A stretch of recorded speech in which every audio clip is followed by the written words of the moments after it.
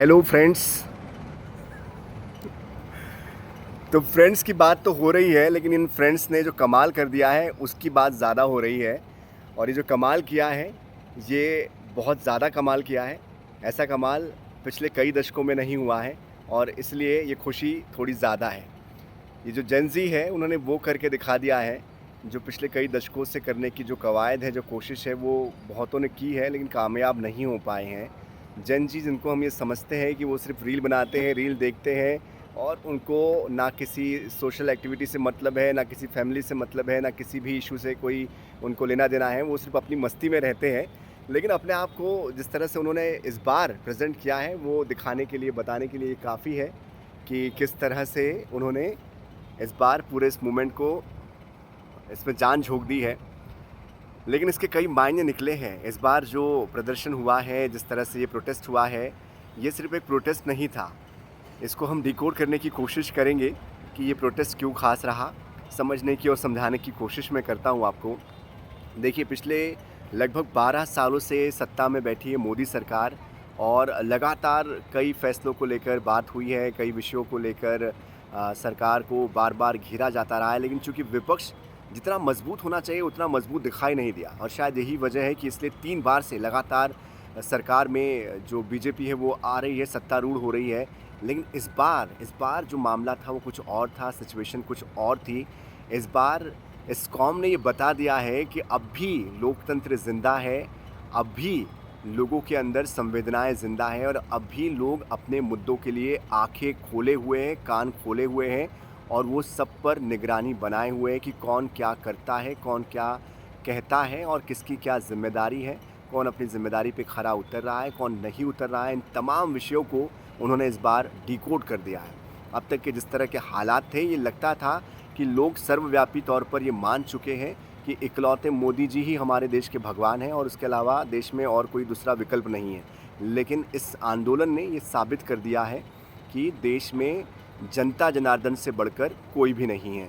वो इसलिए मैं कह रहा हूँ कि देखिए, पिछले 35 दिनों का ये आंदोलन था। सोनम वांगचुक ने इसकी शुरुआत की और शुरुआत हालांकि दिप्के ने की है, अभिजीत दिप्के, जिसने कि सोशल मीडिया के ज़रिए ये आह्वान किया और देखते ही देखते लाखों लोग, करोड़ों लोग उनके साथ जुड़ गए और बाकी क्या हुआ, रेस्ट ऑफ द हिस्ट्री आप सभी जानते ही हो।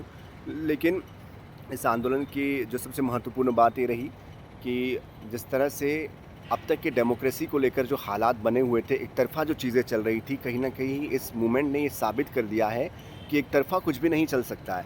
आप के लिए अकाउंटेबल हो तो आपको इसकी अकाउंटेबिलिटी लेनी पड़ेगी।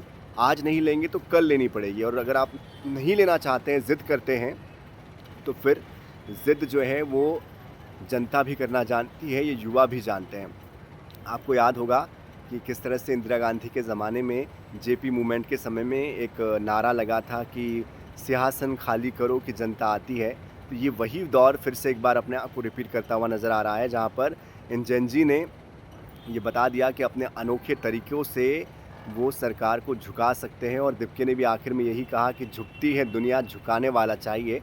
तो एक संदेश ये भी जाता है कि जो सरकार लगातार हठधर्मिता अपनाए हुए थी, असंवेदनशील बनी हुई थी, स्वयंभू भगवान बनी हुई थी, आखिरकार उसको नतमस्तक होना पड़ा है इन जेन ज़ी के सामने। अपने उस आदेश को लागू कराना पड़ा है जिसमें कि उन्होंने शिक्षा मंत्री का इस्तीफ़ा मांगा है, उसको लागू कराना पड़ा है उनको, क्योंकि उनके सामने कोई और दूसरा रास्ता नज़र नहीं आ रहा था। साथ ही साथ यहाँ पर एक बात और भी समझ में आती है कि जो सोशल मीडिया का ये जो मूवमेंट था, इसने मीडिया के ऊपर से जो ट्रस्ट उठा है उसको भी बता दिया है। किस तरह से मीडिया के अंदर खाने जो खबरें चल रही थी, जो दिखाना चाहिए था वो नहीं दिखाया गया, जो दिख रहा था उसमें कितनी सच्चाई थी, कितना सच था, कितना झूठ था और अपनी इमेज मीडिया ने क्या बना ली है खुद के लिए, किस तरह से एक जो सम्मान जो है उसको अपमान में तब्दील कर दिया है, ये इस प्रोटेस्ट ने साबित किया है। इस प्रोटेस्ट ने ये भी साबित कर दिया है कि आपको अकाउंटेबिलिटी या ज़िम्मेदारी लेनी पड़ेगी, चाहे आप कोई भी हो, कितने भी बड़े पद पर बैठे हुए हो। अगर आपको हमने चुना है तो हम आपको उतारने का भी उतना ही माद्दा रखते हैं। साथ ही साथ आने वाले समय में भी जो सरकारें हैं या जो नेता है, जो विपक्ष है, उनको भी ये रियलाइज़ करा दिया इस मूवमेंट में कि आप चाहे कोई भी हो, विपक्ष क्यों ना हो, कोई क्यों ना हो, उनको अगर सरकार में आना है तो उनको ईमानदारी के साथ सीधे रास्ते पर चलकर ज़िम्मेदारी के साथ, पारदर्शिता के साथ, तय सीमा के अंदर काम करना पड़ेगा। हालाँकि सरकार का जो असंवेदनशील चेहरा है वो भी सामने आया जब लाठियाँ बरसाई गई, और तभी से एक सबसे बड़ा ड्रास्टिक चेंज इस पूरे मूवमेंट में आया। दूसरा चेंज आया जब सोनम वांगचुक को जिस तरह से उठाया गया। तो ये जो 2 चेंज आए, उन्होंने एक तरीके से मूवमेंट को पूरा खड़ा कर दिया, और देश से बाहर से हर जगह से लोग पहुँचे। किसी ने खाना भेजा, किसी ने दवाइयाँ भेजी, किसी ने कुछ और भेजा, और सभी ने एक तरीके से ये एक संकेत दे दिया है कि अगर आप अपनी मनमर्जी चलाएँगे, अगर आप हमारे ऊपर अपने आदेश थोपेंगे, ज़बरदस्ती करेंगे, तो अब वो वक्त नहीं रहा जब आंखें बंद करके आपको भगवान मानते हुए आपकी हर बात को स्वीकार कर लिया जाएगा। तो कहीं न कहीं अब हम उस एक कदम आगे बढ़ चुके हैं, और एक कदम आगे बढ़ते हुए आगे के भविष्य को इन बच्चों ने सुरक्षित कर लिया है कि चाहे अब जो भी बनेगा, उस पर एक डर रहेगा, एक चिंता रहेगी, चेतावनी रहेगी मन में कि अगर हमने सही नहीं किया तो आने वाले समय में ये जेन ज़ी या जो जनरेशन है वो हमको फिर से एक बार उखाड़ फेंकेगी, और पब्लिक के बीच जो मैसेज जाएगा वो बहुत गंदा जाएगा। संवेदनशीलता को लेकर मैं बार-बार इसलिए शब्द इस्तेमाल कर रहा हूँ क्योंकि ये बात बहुत बुरी लगती है कि जब आपको 22 बच्चे आपके देश के मर जाते हैं, आत्महत्या कर लेते हैं, सुसाइड कर लेते हैं, किसी ने अपने घर का इकलौता चिराग खो दिया, किसी ने किस हालात में पढ़ाई की होगी उसने अपना मनोबल खो दिया, किसी ने उम्मीद खो दी, और किसी ने अपना सब कुछ खो दिया, और उसके बावजूद ना सरकार ने, ना सत्ता पक्ष ने एक बार भी इसको लेकर संवेदना जताई है, ना उस पर माफ़ी मांगी है, उल्टे लाठियाँ भांज दी। लाठियों में कई बच्चों के सिर फूटे हैं, और जिस तरह की स्थितियाँ बनी हैं वो किसी से छुपी हुई नहीं है। सोशल मीडिया आप जैसे ही खोलते हैं, ख़ासतौर पर इंस्टा में, तो आप देखिए एक से बढ़कर एक रील आ रहा है, आप हँस-हँस के लोटपोट हो जाएंगे। एक बार के लिए आपको लगेगा कि इतना एक्स्ट्रा दिमाग के लोग कहाँ से ला रहे हैं, लेकिन ये उनका अपना तरीका है। हम उस दौर में नहीं जी रहे हैं जब 70 के 80 के दशक में लोग जो हैं वो नारे लगाते थे, और लोग एक जगह प्रोटेस्ट करते थे, भूख हड़ताल करते थे, या अलग तरह की भाषा का इस्तेमाल करते थे। वो इतने परिपक्व नहीं है, आप उनसे ये उम्मीद भी नहीं कर सकते हो कि वो इस तरह की परिपक्व हो जाए। वो जेन ज़ी है, तो उनके हिसाब से वो इस प्रोटेस्ट को कर रहे थे।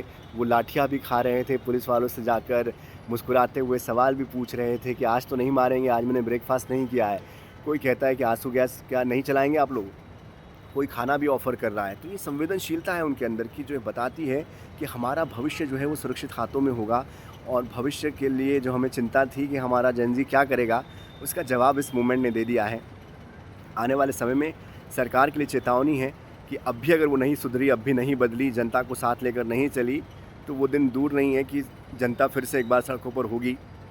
चाहे महंगाई हो, E20 हो, या फिर बेरोज़गारी हो, ऐसे कई मुद्दे हैं जिसको बारंबार नेगलेक्ट कर दिया जा रहा है। उस पर भी जनता की नज़र है, और उन मीडिया हाउसेस पर भी नज़र है जो कि एक तरफ़ा सवाल पूछते हैं, विपक्ष से सवाल पूछते हैं, सत्ता पक्ष से सवाल नहीं पूछते हैं।